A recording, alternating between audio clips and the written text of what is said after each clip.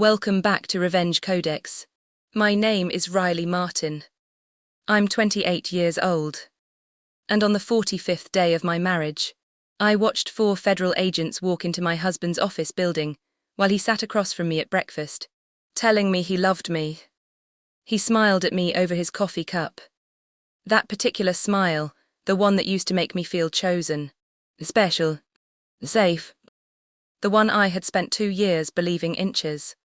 He reached across the table and touched my hand, and I let him, because I had learned something in those 45 days that most people never learn in a lifetime. I had learned the difference between reacting and waiting. I had learned what silence could build. And I had learned that the most dangerous thing I could be, the thing no one in my life had ever expected of me, was patient.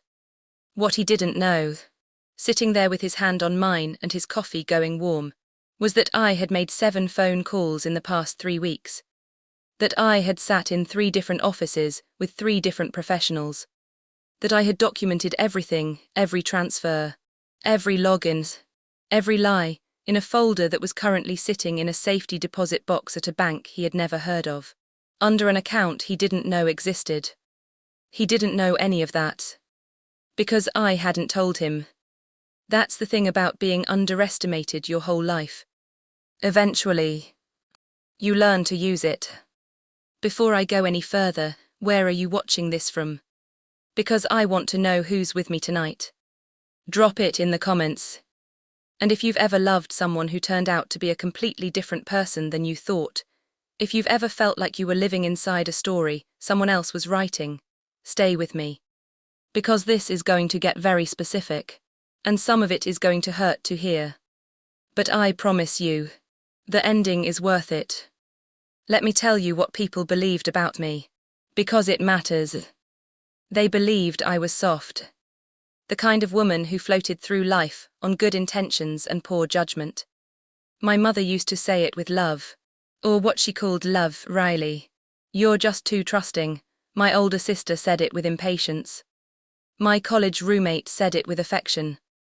Even my closest friends, the ones who genuinely cared about me, operated from the assumption that I needed looking after. I was the one who got her heart broken in her sophomore year and spent a month crying in the library. I was the one who lent money to a friend and never asked for it back. I was the one who showed up to every crisis with casserole and quiet support, and then went home alone and held my own crisis by myself, silently, because I didn't want to be a burden.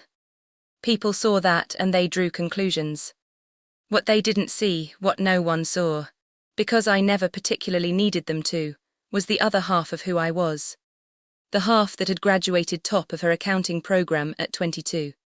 The half that had been quietly managing the finances for a small non-profit for 4 years, untangling grant structures and budget discrepancies that had been ignored for a decade.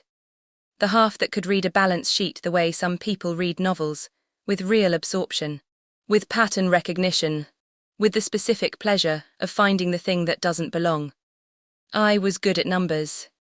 I was very good at numbers. And I was good at noticing when numbers lied.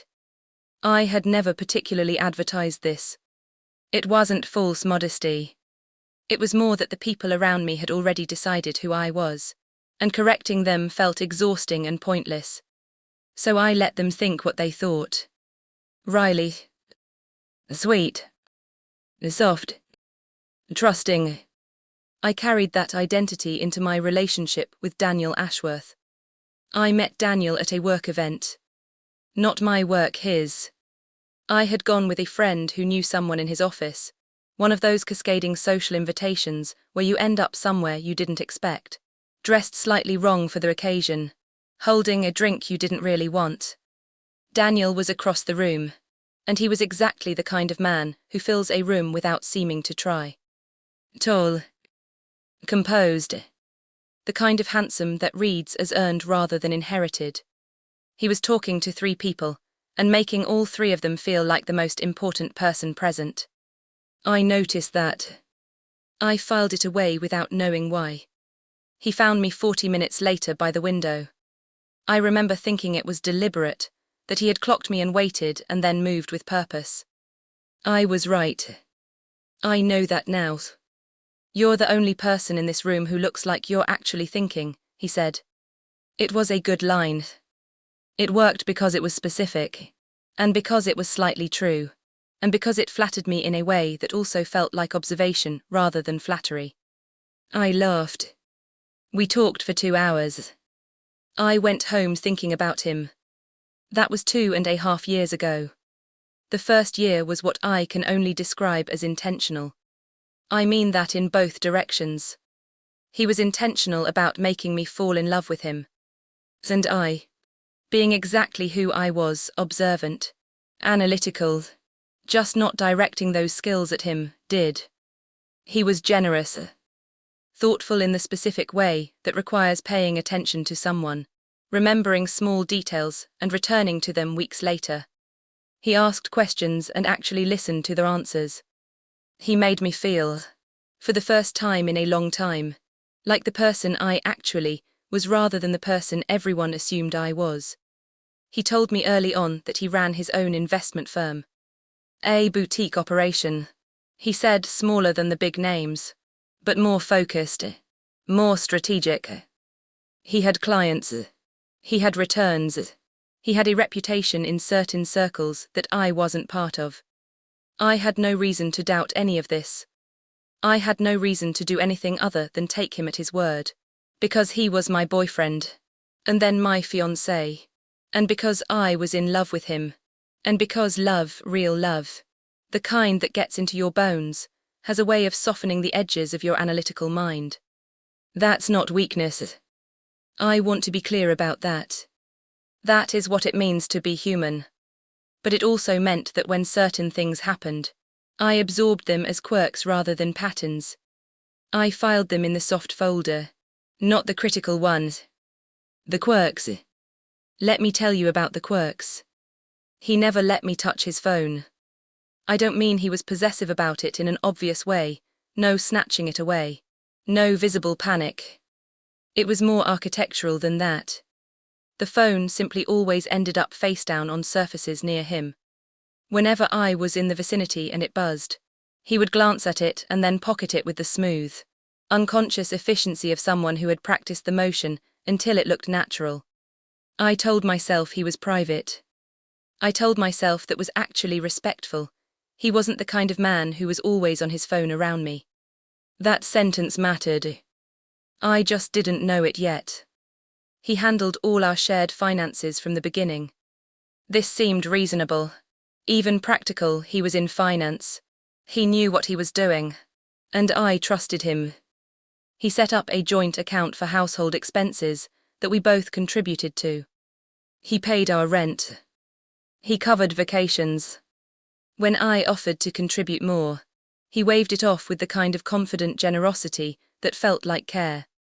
You focus on your work, he said. I've got this. I didn't realize it then, but he was building walls I couldn't see. There were work calls he took in other rooms. There were weekends where he was unavailable in a way that was never fully explained. There were names that came up once and never again.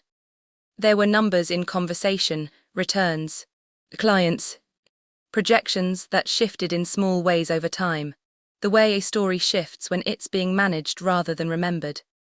I noticed these things the way you notice weather, as atmosphere, as background, not as data. Until the week after our wedding. We got married on a Saturday in October. It was small, intentionally so, 30 people, an outdoor ceremony at a property his firm had some connection to, a dinner that was warm and slightly imperfect in the ways that make things feel real.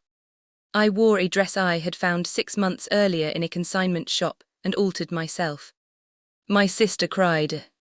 Daniel cried. I cried. I was happy. I want to say that plainly, because the rest of this story can sometimes make it seem like I was always suspicious, always watchful, always half outside the experience. I wasn't. I was in it. I was completely in it. We honeymooned for 10 days. When we came back to the apartment we'd already been sharing, which now felt slightly different in the way that spaces feel different after significant events. the same objects rearranged by meaning. On the third day home, I was looking for a pen. This is such a small, ordinary thing. I want you to understand how small it was. I was looking for a pen because I wanted to write something on a notepad by the kitchen counter. I opened the drawer where we kept miscellaneous items, batteries, take-out menus, the small objects that accumulate in a shared domestic life. And in the back of the drawer, under a take-out menu from a Thai restaurant that had since closed, I found a card. A bank card. Not our bank.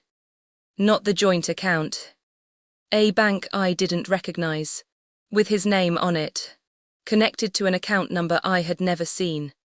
I stood there with the card in my hand for a moment, and then I put it back exactly where I found it. Under the menu. At the same angle. I closed the drawer. I found a pen in my bag. I did not say anything. That night, lying next to him in the dark while he slept, I did something I had not done in 2.5 years of loving Daniel Ashworth. I directed my full analytical attention at him. At us. At everything I knew, and everything I had chosen not to examine, and I realized, slowly and with a particular kind of cold clarity, that I had quite a lot of data I had never properly organized. The phone. The separate calls. The financial conversations that never quite added up the same way twice. The card in the drawer. The fact that, despite being married for 3 days to a man who ran an investment firm, I had no real picture of what that firm actually managed, what accounts existed under his name, what the actual structure of his financial life looked like. I had his love. I had his attention. I had our life together. But I did not have information. And I was, underneath all the softness and the trust and the love, someone who understood what information meant. I stopped reacting. And I started observing. The next morning I made coffee and I was completely normal. I kissed him when he came into the kitchen. I asked about his plans for the day. I listened. I laughed at the right moments. I was present and warm and entirely myself. And while I was doing all of that, a different part of my brain had opened a file. I want to explain something about how I work, because it matters for understanding everything that came after. I don't panic. I never have. When I'm presented with a problem, a real one, a structural one, the kind that exists in numbers and documents and legal frameworks rather than in feelings, I get very quiet. I get methodical. It's not coldness. It's focus. It's the same quality that made me good at my work, at untangling the financial knots of an organization, at finding the discrepancy buried 15 layers deep in a spreadsheet. I turned that quality on my own marriage. Over the next week, I made no sudden moves. I changed nothing about my behavior. I was affectionate, engaged, present. I cooked dinner twice. I met his colleague Ryan for drinks with a smile on my face. I texted his mother back when she checked inches. And quietly, methodically, I began to look. The first thing I found was online. Not through hacking, not through anything dramatic, just through public record searches and the kind of patient, structured Googling that most people don't do because they don't know how to do it systematically. Daniel Ashworth, investment firm, his business name, his registration number. There were layers. The firm was real. I knew that much. But the structure underneath it was more complex than he had ever described to me. Multiple registered entities. An LLC that held assets. A management company that charged fees. A structure that could, depending on how it was operated, exist in a particular financial grey zone. I didn't jump to conclusions. I made notes. I kept digging. The second thing I found came from his home office. He was out for an evening, a client dinner, he said, and I had no reason to doubt it yet, though I filed the destination away. I went into his office. Not secretly in the way of someone sneaking, we shared an apartment. We were married. This was not a restricted space. I simply went in and I looked carefully at what was there. On his desk, under a glass paperweight, a statement, one page. A brokerage account I had never heard of. The balance on it had 6 figures followed by what appeared to be a decimal point in the wrong place. I took a photograph with my phone. I put the statement back. I sat down at my own desk in the living room, and I looked at the photograph for a very long time. This is where I need to tell you about a conversation I had with Daniel approximately 6 weeks before the wedding. We had been discussing finances, vaguely, the way couples do when they're planning a shared life, sketching the outlines of things without filling in all the detail. I had asked about his accounts. Just a general question, the kind you ask when you're about to legally join your life to someone's. He had said, and I remember this precisely because I am the kind of person who remembers precisely, I keep things pretty simple. The firm account, our joint account, and a personal checking. That's basically it, that sentence. I had believed it. I had filed it in the soft folder. I had moved on. Now I had a photograph of an account that was not, basically it, and I had found a card in a drawer that connected to another. And I had found, through my research, at least 2 additional registered entities attached to his name that had never come up in any conversation we had ever had. Basically it, remember that. I need to tell you about the next 2 weeks, because this is where most people, in most stories like this, make the mistake. They confront. They cry. They demand answers. They give away everything they know in a single emotional conversation, and then wonder why the other person simply adjusts their story and continues. I did not do that. I made an appointment with a financial attorney. I didn't tell Daniel. I went on a Tuesday afternoon when he thought I was getting my hair cut, and I did get my hair cut, because I am meticulous about cover stories. I sat in an office with a woman named Patricia, who had grey-streaked hair and reading glasses and the calm, unhurried manner of someone who had heard every version of this story and was not surprised by any of them. I told her what I knew. I showed her what I had found. I asked her what I needed to understand. She told me that what I was describing, the layered entities, the undisclosed accounts, the pattern of financial opacity within a marriage, had a specific legal character, and that there were specific legal processes that could address it. She told me about marital asset disclosure requirements. She told me about what financial fraud in a marriage means in a legal context. She used the phrase fraudulent concealment. She told me that documentation was everything. I was already documenting. I became more systematic about it.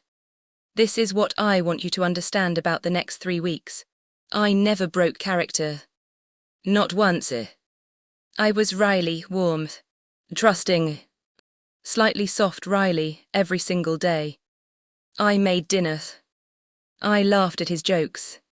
I met his friends. I let him hold me at night, and I did not let the cold file in my brain leak into the warmth of my body against his. I compartmentalize very well. It turns out this is another thing I never advertised.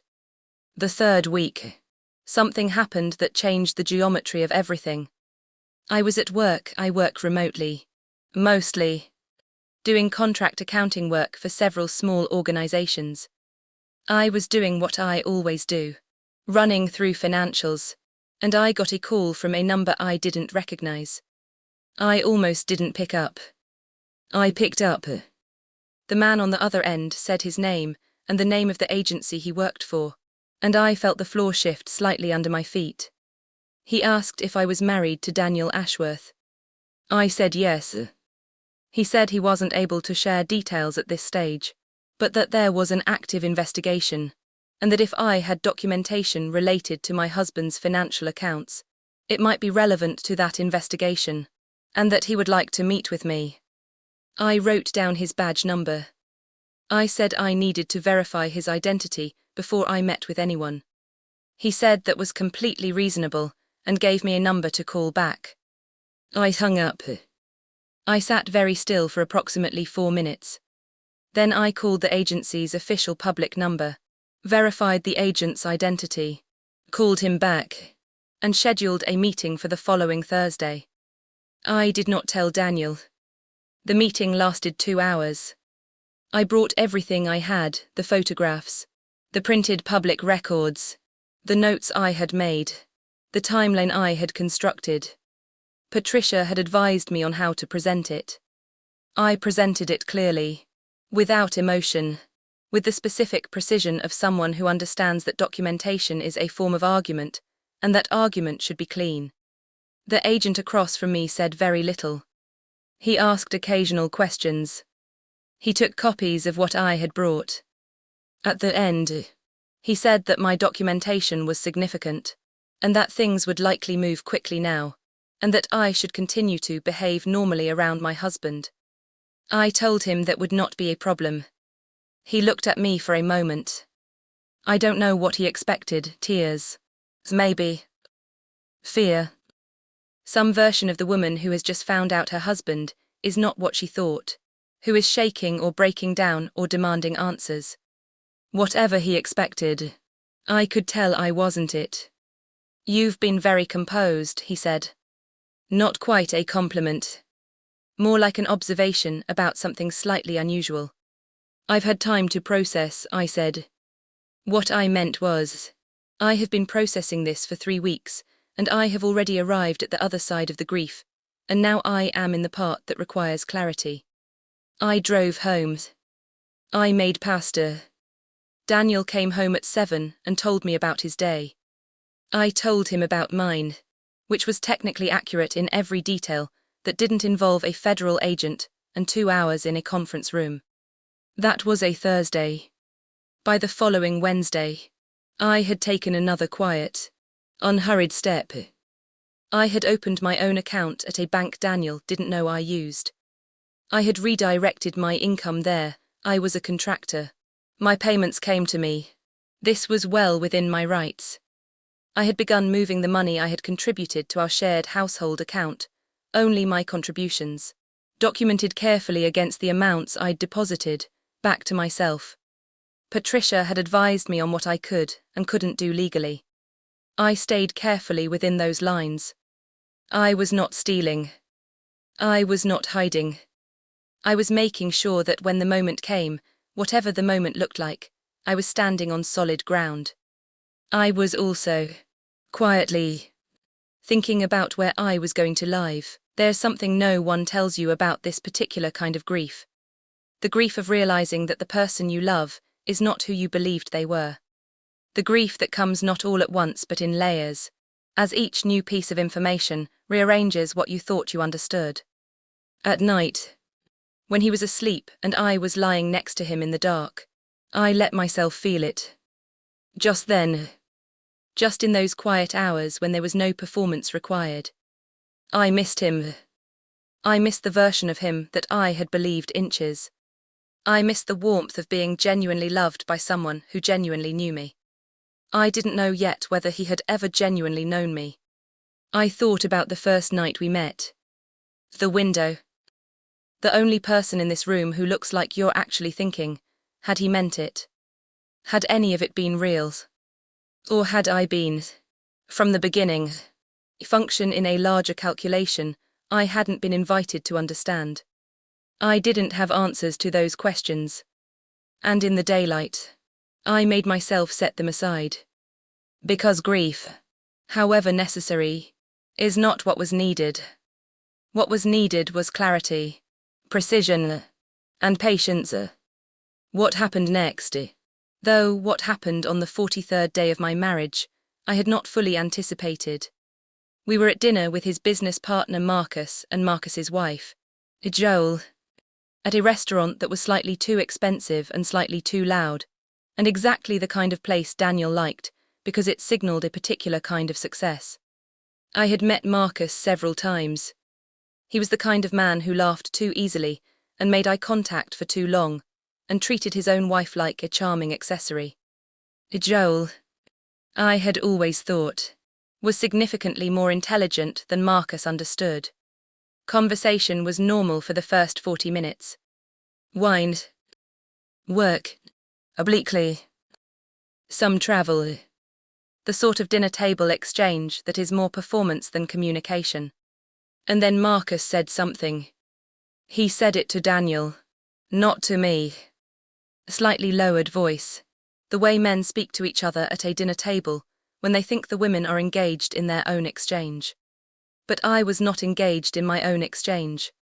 I had asked Joel a question, and I was listening to her answer with the part of my brain that processes social language, and the other part of my brain, the quiet, cold, analytical part was, as it always was now, slightly elsewhere.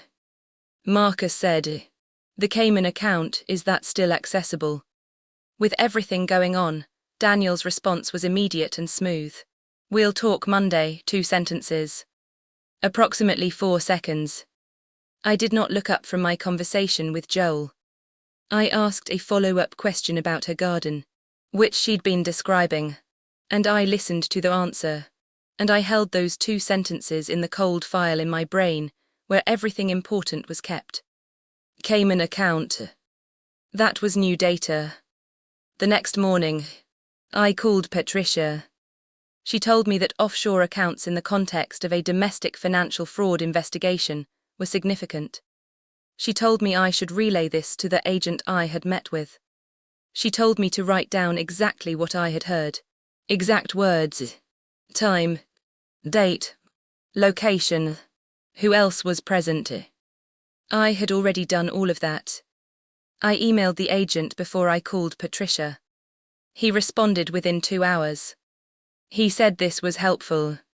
He said things were moving. He said I should continue to behave normally. I made coffee. I looked out the window at the city. 45 days into my marriage, and I was building a case against my husband, with the same patient precision I had always brought to every financial puzzle I had ever been handed. This one was just personal. I want to tell you about the 45th day. It was a Thursday again, which felt right. Somehow. Symmetrical. The day I had met with the agent for the first time. And now this. We were having breakfast. Real breakfast, not just coffee and toast, but an actual meal. Because I had cooked it. Because I was still being Riley. Warm and present and making eggs, and cutting fruit, and being the wife I had genuinely wanted to be. Daniel was at the table with his coffee and his phone, and he was telling me something about a trip he might need to take. A client in Boston. Just a few days. I listened. I said all the right things. And then his phone buzzed. He looked at it. Just for a second. 1 second where his expression changed, not dramatically, not in a way that a stranger would notice. But I was not a stranger. I had spent 2.5 years learning his face, and I had spent 45 days studying it with professional detachment, and I saw the change. It was very small and very fast, and it looked like the moment before fear. He put the phone down, picked up his coffee, said something about the weather. I looked out the window of our apartment building, which faced the street below, and I watched 4 people get out of 2 dark vehicles and walk toward the entrance of the building across the way, Daniel's office building, where he went every day, where his firm was registered, where whatever records existed in the physical world were kept. 4 people. Purposeful. A particular kind of purposeful that I recognized even from 5 floors up. The weather's supposed to be nice this weekend, I said. He agreed. He touched my hand. I let him. I want to describe what happened in their hours after breakfast, because this is the part that people always expect to be dramatic, and it wasn't. That's the thing about real consequences. They're not dramatic in the way that confrontations are dramatic. They're administrative. Procedural. They happen in the language of systems, not in the language of feeling. Daniel left for his office at 8:47. I know the time because I noted it. I watched him walk out the door with his bag and his coffee, the way he did every morning. And I said, "Have a good day," the way I did every morning. And he kissed me at the door the way he did every morning. And I closed the door behind him and I stood in the hallway of our apartment, and I was very still. I did not know exactly what would happen next. Patricia had explained the general shape of it. The agent had been careful not to overpromise. But the account freeze, which is a specific legal action, initiated by a specific kind of investigation, affecting specific accounts, happens fast when it happens. It doesn't announce itself. It simply occurs. One moment their accounts exist as functional entities, and then they don't. All of them. Every account connected to Daniel's name, his firm, the various registered entities, the structures that had been built over years to hold and move and obscure money. Frozen. Including, I was told, accounts in the Cayman Islands that had recently been flagged through international cooperation channels. I don't know exactly what Daniel encountered when he arrived at his office that morning. I don't know if the agents were still there, or if it was the calls that came in, or if it was the moment he tried to access something and found he couldn't. I imagine it was several things at once. I imagine 45 days of a particular kind of normal life, ending in the span of a few hours. I wasn't there. I was home. I made another cup of coffee. I sat at my desk. I opened my laptop. I did my work. He came home at 2 in the afternoon. I heard his key in the lock and I was at my desk and I did not move. He came and stood in the doorway of the room. I turned around and looked at him. He looked like a man who had been taken apart by something invisible. Not physically, he was standing. He was dressed. He was intact. But something behind his face had changed. The architecture of his composure, and he had always had extraordinary composure, had developed a fracture. He said, "Riley," I said. "Hi," he didn't know what to do with that. I watched him try to figure out how to begin. What words existed for this? Whether there was a version of this conversation in which he could manage my reaction, shape my understanding, protect himself with the right combination of explanation and emotion. I had spent 45 days becoming the kind of person that strategy would not work on. "Something's happened," he said. "Tell me," I said. He told me. Or rather, he told me a version, a careful, managed version in which things had happened to him, in which circumstances were complicated, in which there were misunderstandings and technicalities and things he had been meaning to explain and situations that were not as they appeared.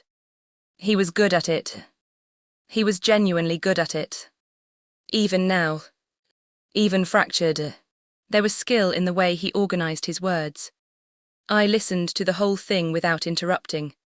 When he was done, I said, "How long have the Cayman accounts been active?" The silence that followed that sentence was the longest 2 seconds I have ever lived through. He stared at me. And in his eyes, in those eyes I had loved for 2.5 years, I watched understanding arrive. The specific understanding that he had not simply been caught by an external system. That there was someone inside his own home who had known more than he realized, for longer than he understood. "How did you?" he started. "I found the card in the drawer," I said. 3 weeks after the wedding.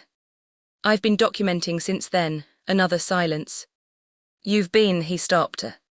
"For how long?" "Long enough," I said. "I'm not going to tell you that the next part was painless. It wasn't. There are parts of what happened in the weeks that followed that I'm not ready to share publicly. The legal proceedings. The conversations with Patricia. The conversations with myself in the middle of the night, when the analytical part of my brain finally went quiet, and the grief came inches. What I will tell you is this: the investigation revealed 4 accounts Daniel had not disclosed. The Cayman account. 2 domestic accounts held under the LLC structures. A brokerage account, the one I had found the statement for in his office. The total across these accounts was significant. The investigation determined that some portion of the funds in these accounts derived from client money that had been improperly managed. His firm's licenses were suspended. His accounts remained frozen pending the legal process. Our marriage lasted 45 days before it began to end. The legal dissolution took longer, because these things always do. I received, in the settlement, a portion of the marital assets that my attorney argued, successfully, using the documentation I had built over those 45 days, should include funds from accounts that Daniel had concealed from me during our marriage. The fraudulent concealment was central to that argument. The courts agreed.